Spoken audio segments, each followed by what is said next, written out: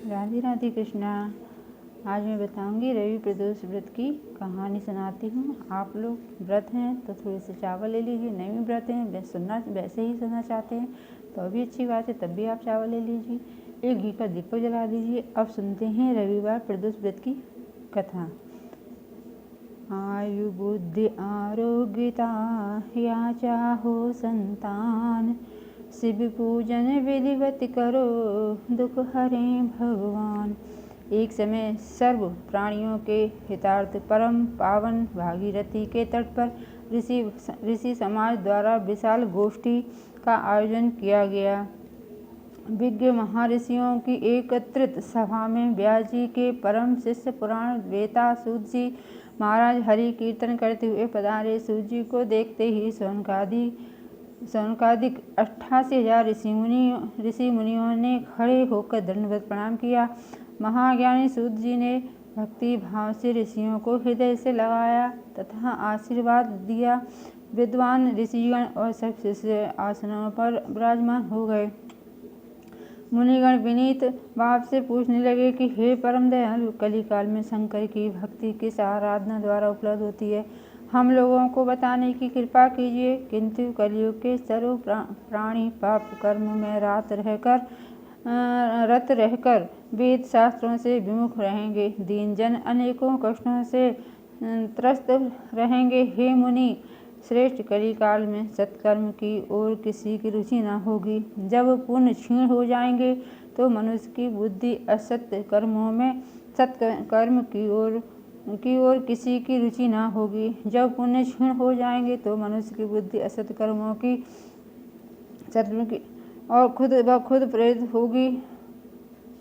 होगी जिससे दुर्विचारी पुरुष वंश सहित समाप्त हो जाएंगे।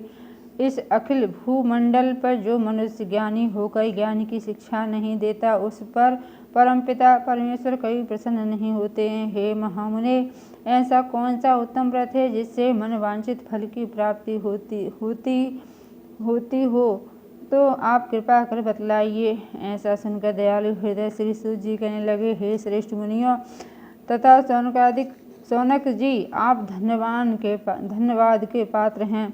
आपके विचार सराहनीय एवं प्रशंसनीय हैं। आप वैष्णव अग्रण्य हैं, क्योंकि आपके हृदय में सदा परहित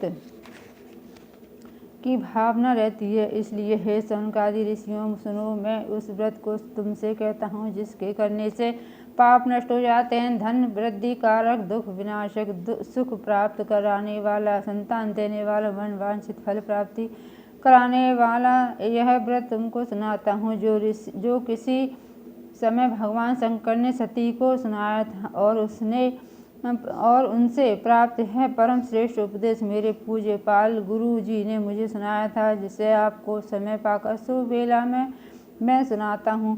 बोलो महापति शंकर भगवान की जय। सूत जी कहने लगे कि आयु बुद्धि स्वास्थ्य लाभ हेतु रवि त्रयोदशी का व्रत करें। इसकी विधि इस प्रकार है। प्रातः स्नान कर निराहार रहकर शिव ध्यान में मग्न हो शिव मंदिर में जाकर शंकर की पूजा करें। पूजा के पश्चात अर्ध पुण्य त्रिपुंड का तिलक धारण करें। बेलपत्र चढ़ावें, धूप दीप अक्षत से पूजा करें। ऋतु फल चढ़ावें।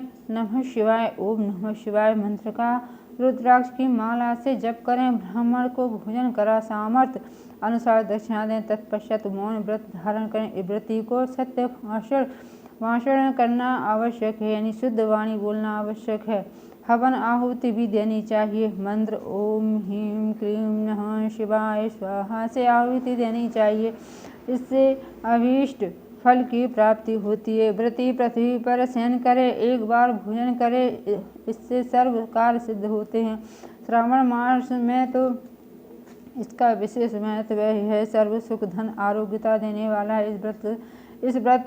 यह व्रत इन सब मनोरथों को पूर्ण करता है। हे ऋषिवरों, यह प्रदोष तो मैंने आपको बताया। किसी समय शंकर जी ने सती जी को और वेद व्यास मुनि ने मुझको सुनाया था।